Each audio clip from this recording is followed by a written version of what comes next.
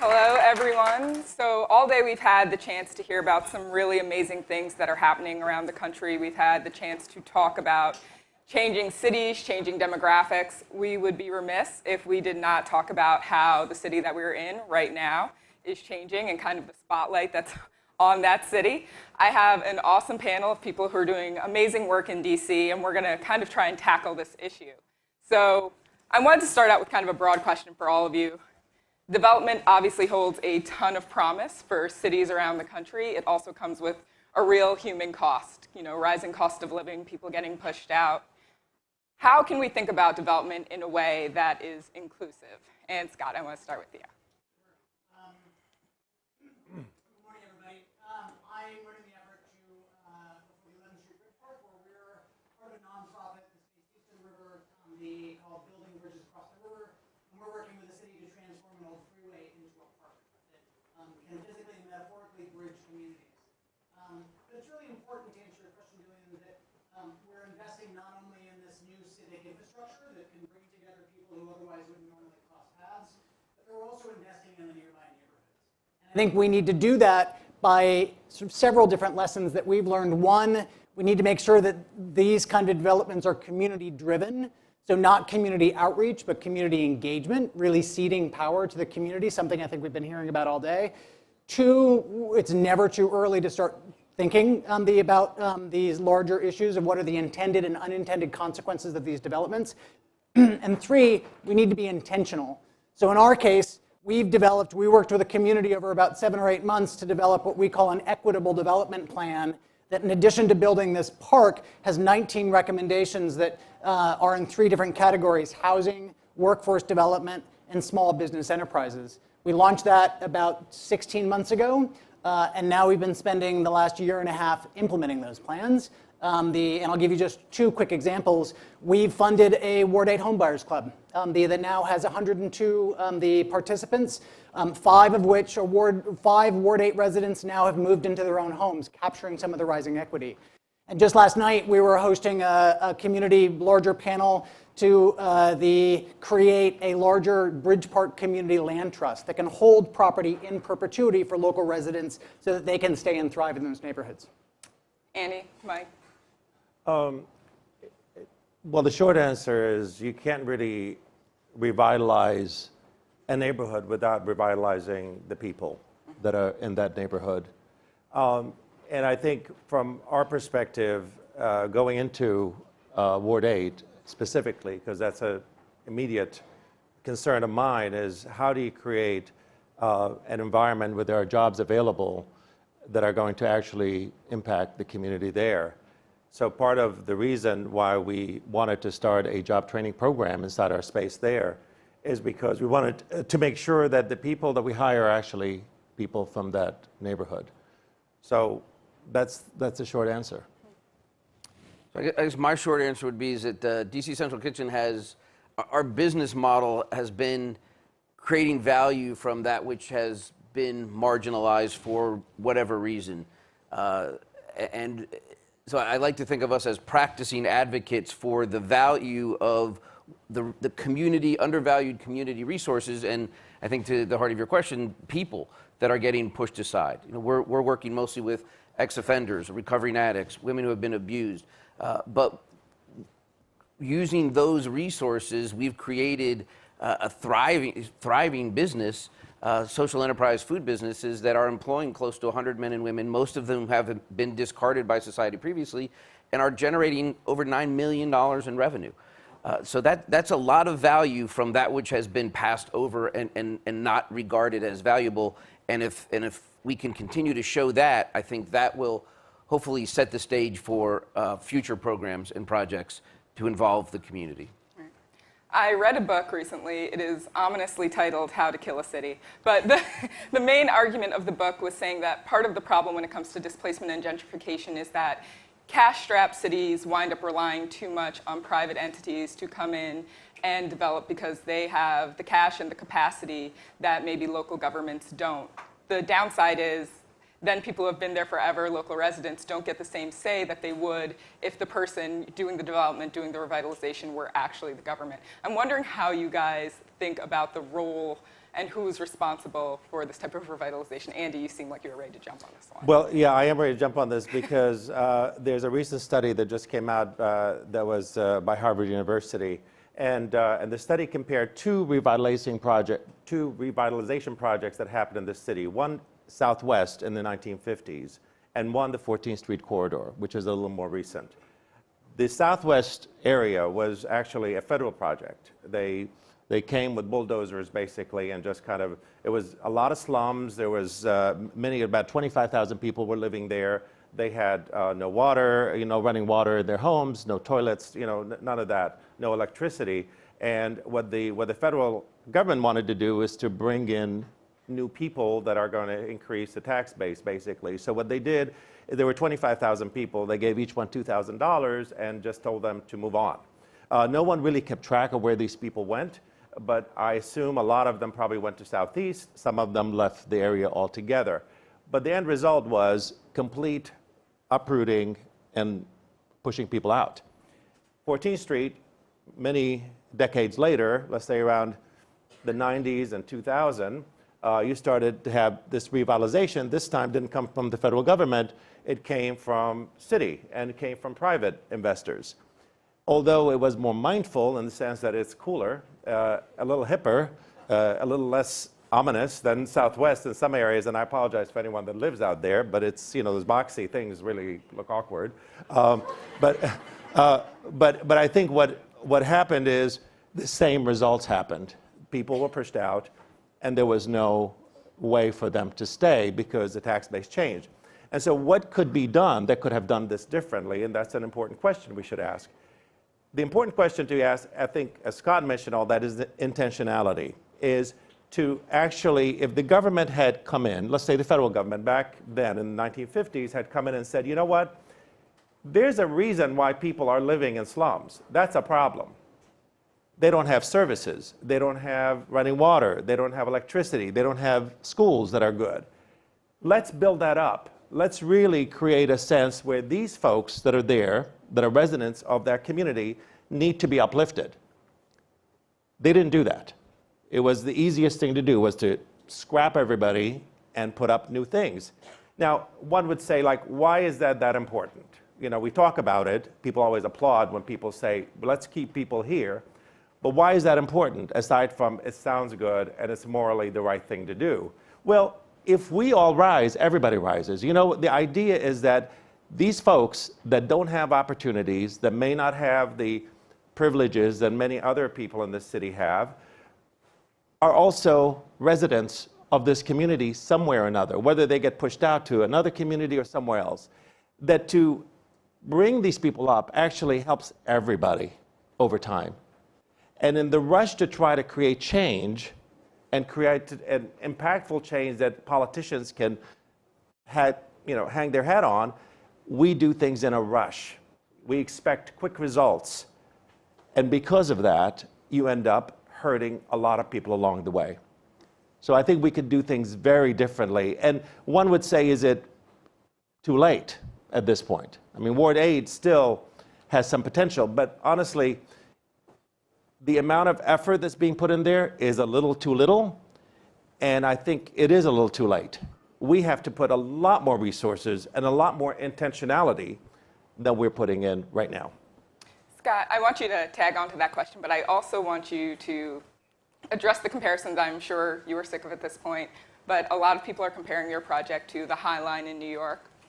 I am from New York, so while I have a good sense of what the High Line is and how cool it is, it brings up a lot of mixed emotions for some people about the changes that were created in that area. So I want you to tell us whether or not that comparison is fair, how you're different, and how you guys are going about kind of working with the community.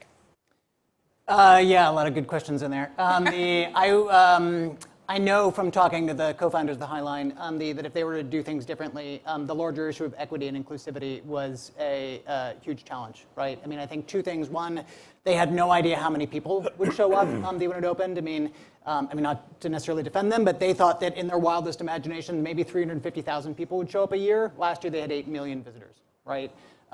So I think we can really learn from that example, and we can think about how do we answer the very simple question, but very important question of who is this for, right? If you think about that question, who is this for? Is this for the residents who live nearby? And ultimately, I mean, we've had well over 1,000 meetings with the community to drive to even before we began engaging a single architect or a single landscape architect, we went to the community and asked, should we do this, right? In essence, asking for permission, right? Taking that sort of far step back. And then have them drive the programming, select the design team, and sort of everything else. But I think thinking broadly about these projects, not just the sort of physical bricks and mortar, is absolutely essential. And I think you not only need a plan that the community the community drives, you need resources, to Andy's point, right? And in our case, we've already raised $1.5 million to implement the Equitable Development Plan.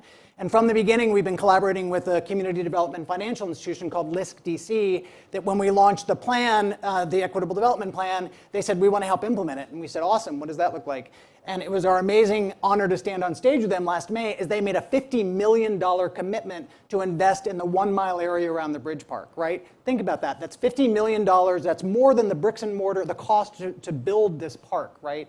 And then 3, I think you need to measure it, right? Because we know what gets measured gets done. And so in our case, we're collaborating with the Urban Institute to not only set out clear, measurable goals for each of our 19 recommendations, but then they'll also be with us for the next 3 years to make sure that they're holding us accountable, right? So it's being early, it's being community-driven, and we keep coming back to that word, being intentional.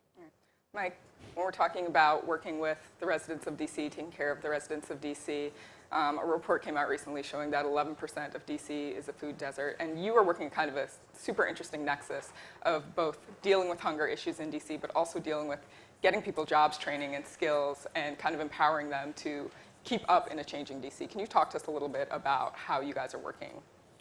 Sure. There's a lot there.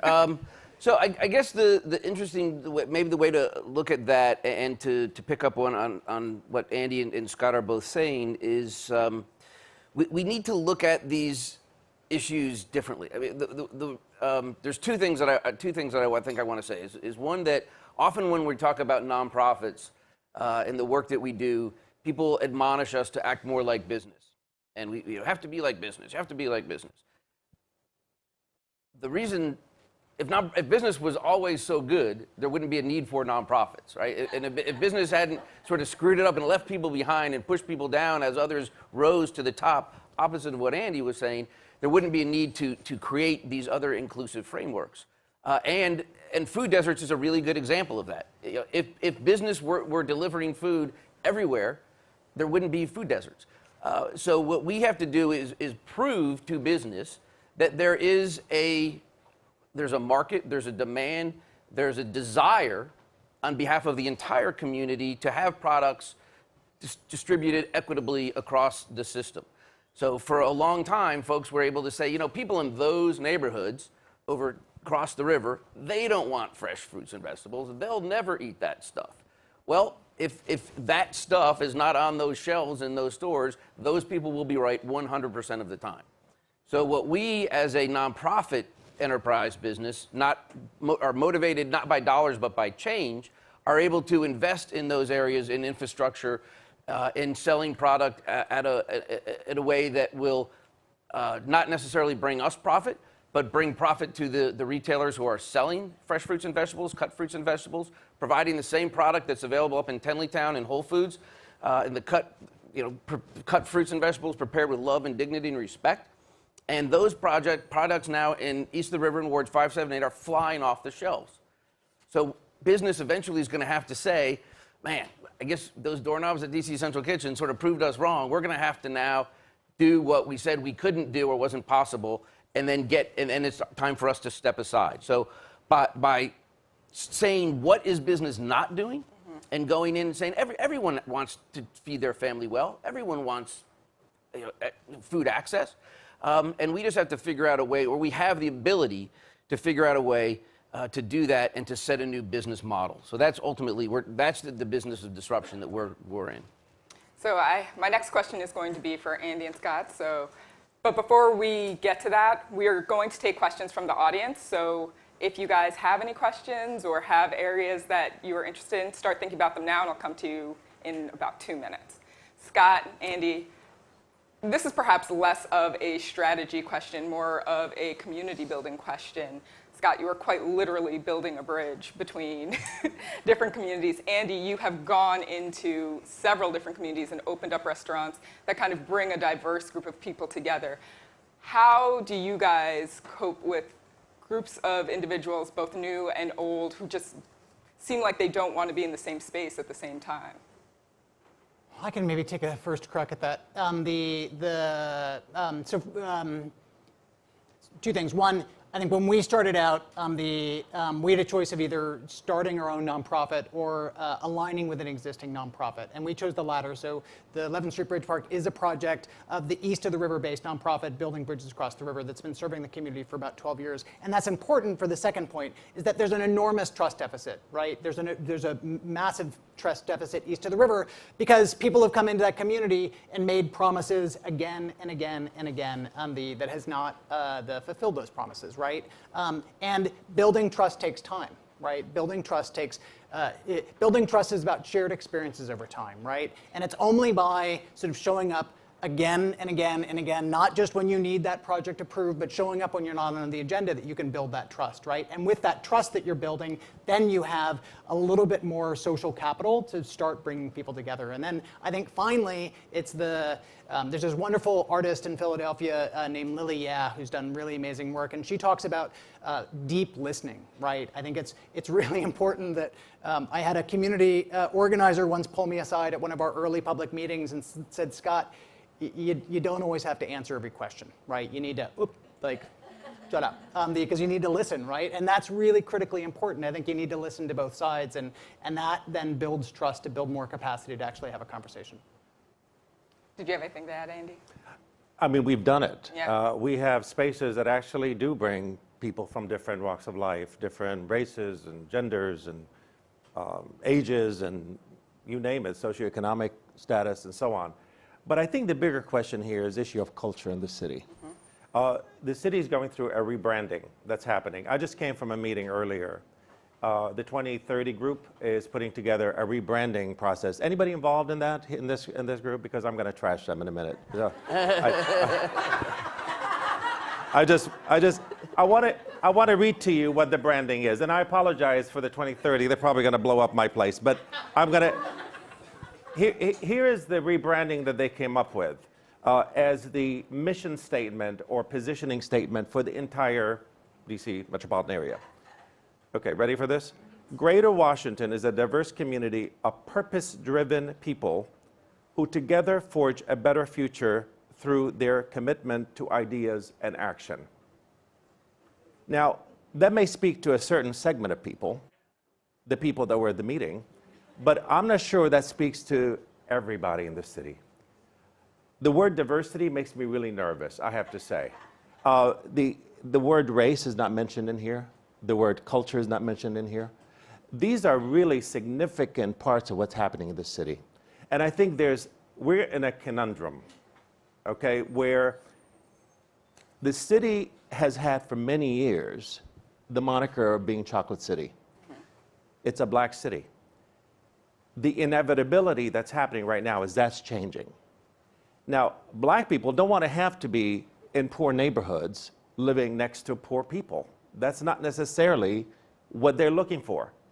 But the change that's happening is putting people in a very awkward situation where eventually that's going to change.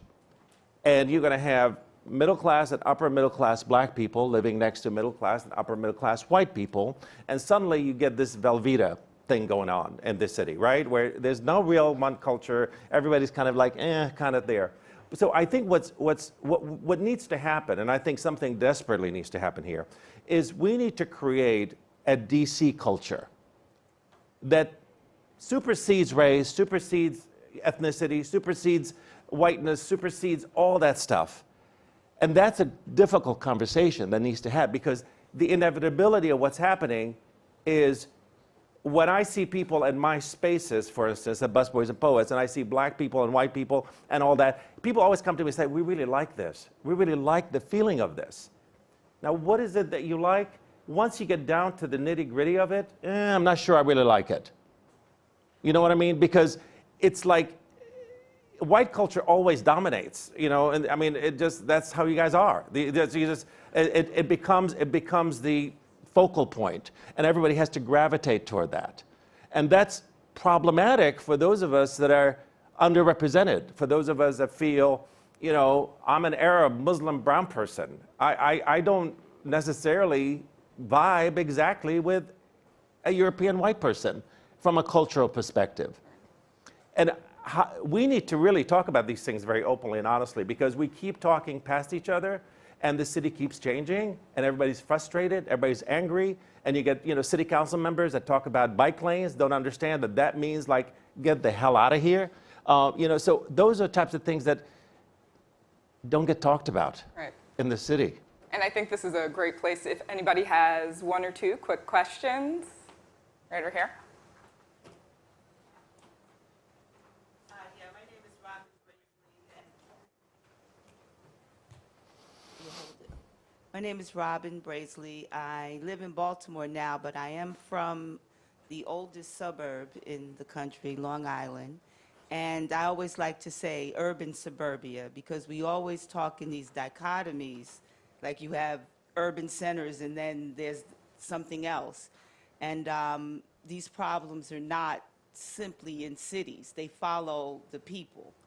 And I wanted to hear, what was your aha moment? The thing that I'm struck by, which is why I came, the Renewal Summit seems to introduce us and reaffirm for us, it's when we begin to see and hear the humanity in others, whatever the background, whatever the race, whatever the culture. How do we reach this place? You called it intentionality.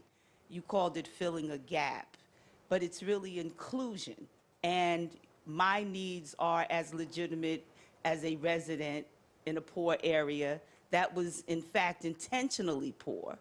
We need to talk about that, because the people that own those homes in those less than desirable neighborhoods didn't do that on purpose. There were decisions, concrete decisions made, the trust void. But as business people, nonprofit and for-profit, what was your aha moment? When did you realize that we are, in fact, all in this together? And that if we're going to survive and reach that common culture where everyone is respected, because we have to figure out how to do that. But what was your aha moment? Okay. Does anyone have a quick answer to that? The aha moment for me was when Obama was first elected, and the oh shit moment was when Trump got elected. All right. So it's like you know so I think the Obama election showed us the possibility of what could be, in a sense, you know, and I think when people see what could be, they're really excited about it.